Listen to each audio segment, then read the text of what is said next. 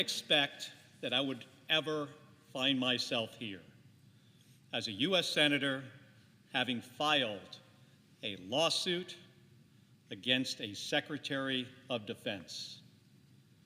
When I graduated from the United States Merchant Marine Academy in 1986 and was commissioned into the United States Navy as an ensign, I swore an oath to support and defend the Constitution against all enemies, foreign and domestic.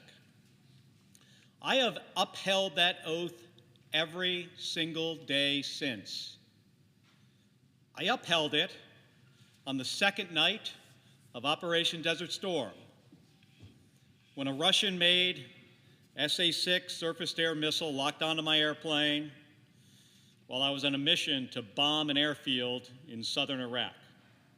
I made a last-ditch maneuver. The missile exploded above us, and I delivered the bombs on target. I upheld my oath as a test pilot, logging hundreds of flight hours, pushing aircraft to the limits to make sure that our pilots had the best aircraft and systems to use in combat. And I upheld my oath when my service took me to NASA, where I went into space 4 times, where I was honored to command 2 space shuttle missions, and where I was also the first astronaut on the scene in East Texas after Space Shuttle Columbia exploded during re-entry. And I had to recover the bodies of my friends and astronaut classmates. And I have upheld my oath here in the United States Senate, a place I never expected to find myself in, because my wife, Gabby, was always the elected official in our family. If she had never been shot in the head, it probably would be here, she would be here in this chamber and not me. But I love this country, and I felt that I had an obligation to continue my public service in a way that I never expected. And so I've upheld my oath in this job too, because I take seriously my duty to protect the Constitution for all Americans.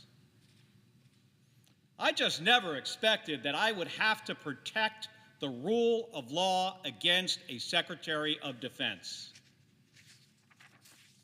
Pete Hegseth is now coming after what I earned through my 25 years of military service in violation of my rights as an American and as a retired veteran and as a United States Senator whose job it is to hold this and any administration accountable. He doesn't like what I said, and so he is trying to censure and demote me. And let's talk for just a second about what it is that I said that he decided to censure me over, according to his letter. First, that I simply restated the law that service members must refuse illegal orders. Somehow, restating the law is now against the law, according to Pete Hegseth. This isn't new. It's something every recruit is taught. It's something that Pete Hegseth himself has said repeatedly, including specifically about this president and Commander-in-Chief Donald Trump. Second, that I criticized him for firing admirals and generals, and that this administration is surrounding themselves with a bunch of yes men. Let me repeat it here right now.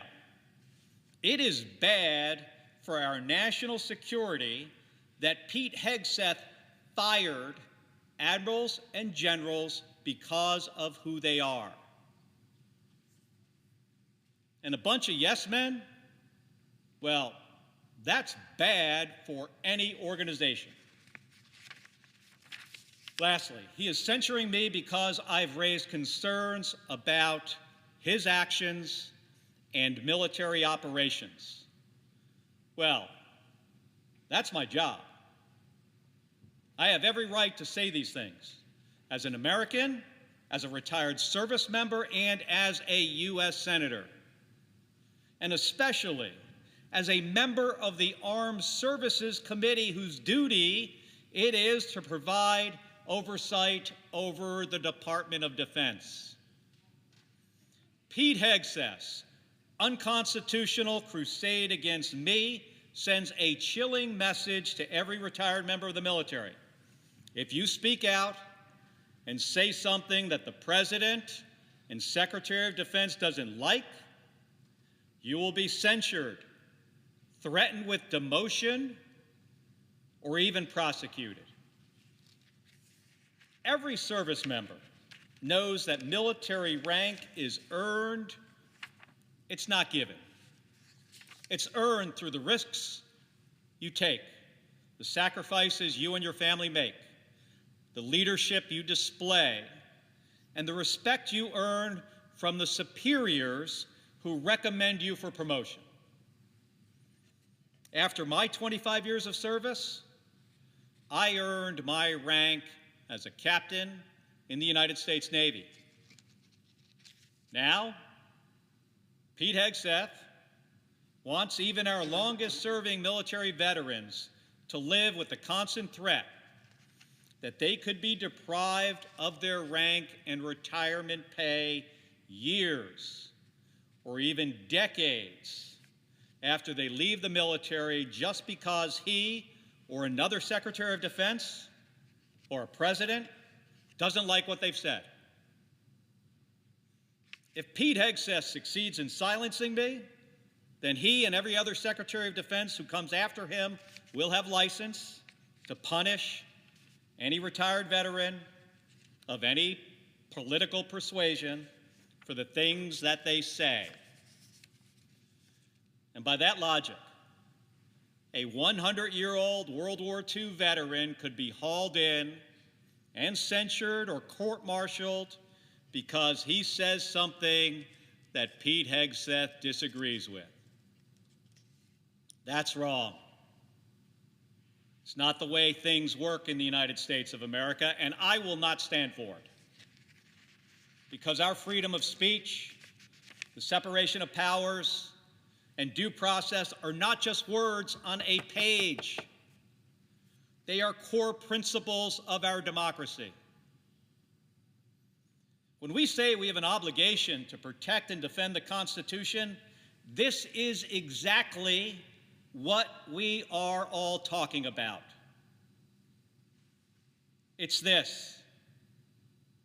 Because that oath that I spoke about earlier, it should sound very familiar to other folks in this room, because it is the same one that every member of the United States Senate has taken. For 250 years, we have been the greatest democracy the world has ever seen because patriotic Americans have been willing to stand up for not just their own rights, but for the rights of all of our fellow citizens. That continued resolve is what will decide if our democracy lasts another 250 years. That's why today I filed a lawsuit against the Secretary of Defense to protect my rights, the rights of retired veterans, and the rights of all Americans. I've never backed down from a fight for our country, and I'm not going to back down from this one. Thank you, Madam President, and I yield the floor.